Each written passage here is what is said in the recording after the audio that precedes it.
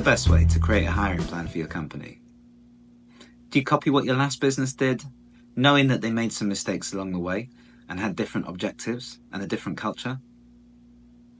Or maybe you could start completely from scratch, flying in the face of convention to create new, exciting roles that don't exist today, and then defining every aspect of every department, team, and job description yourself. Now, neither of those sound like a great idea to me, but they are what 99% of companies do when it's time to grow. They either repeat old thinking or waste huge amounts of time in an activity that's well outside of their expertise to reinvent the wheel.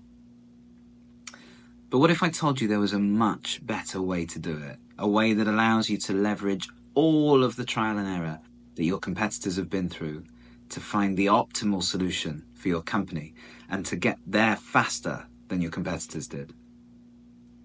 A way that will save you time, energy, and a lot of money. There is. We refer to it as benchmark growth planning. Let me explain.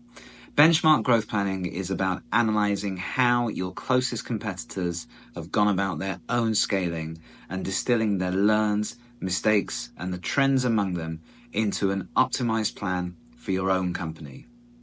It's not about copying. Every business is different, of course, and you don't need them to tell you what they did. With a little thought and effort, all of the information you're looking for is actually publicly available. And your resourcing plan will end up much more robust as a result of the process. And you'll have validated it against external insights that will give you confidence that you're working to the right plan. That validation is also very popular among investors who will see that you've done the due diligence and will spend their money wisely. The first step in benchmark growth planning is identifying the companies that you're going to benchmark against. You can choose as many as you like, but 4 or 5 is usually sufficient to identify key trends. You're looking for companies that you'd see as your closest competitors, but who are at the next stage of their life cycle. So if you're planning for a Series A raise, for example, look for those organizations who raised their money a year or 2 ago. Once you've chosen your benchmarks, the research begins. Start by creating an organization chart detailing where they are today. Now, most of this information is available either through company websites or on LinkedIn. Try and identify which capabilities they've brought into the business and which remain outsourced, which in itself can serve as a clue to where their priorities lie. Then expand on that by determining as much as you can when they brought each person into the business, compared to the milestone you've used to identify them. Were they hired just before the raise, straight afterwards, or a year down the line, for example? Now that'll give you an indication of when each function or capability became important to that company. From here, analyze the background of each hire. What kind of chief medical officer did they bring in? What technical skills do they have in their research team? What don't they have that you thought they might? If you can try and speak to someone who has knowledge of the company from the inside as well.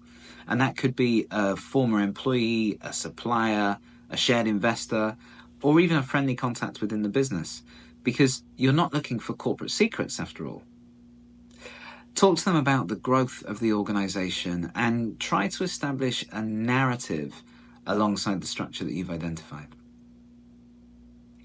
Once you've mapped all of the companies that you're benchmarking against, compare them. What are the common trends in terms of capabilities, in terms of timing, and in terms of expertise? Where do they differ? What creative ideas have they had that you like and can replicate? And critically, where are the surprises? What have you discovered that you didn't expect? Finally, compare the trends that you see to your current team, and if you have one, to your existing resourcing plan. Adjust it where you think you need to, or build one from the foundation of the knowledge you've gained. Now, as an added bonus, from the work you've just done, you now have a complete map of everyone who works for your key competitors, which gives you a fantastic place to start from when it's your turn to hire. Biotech is often about speed. What better way to gain an advantage over your competition than by using them to accelerate the development of your own team.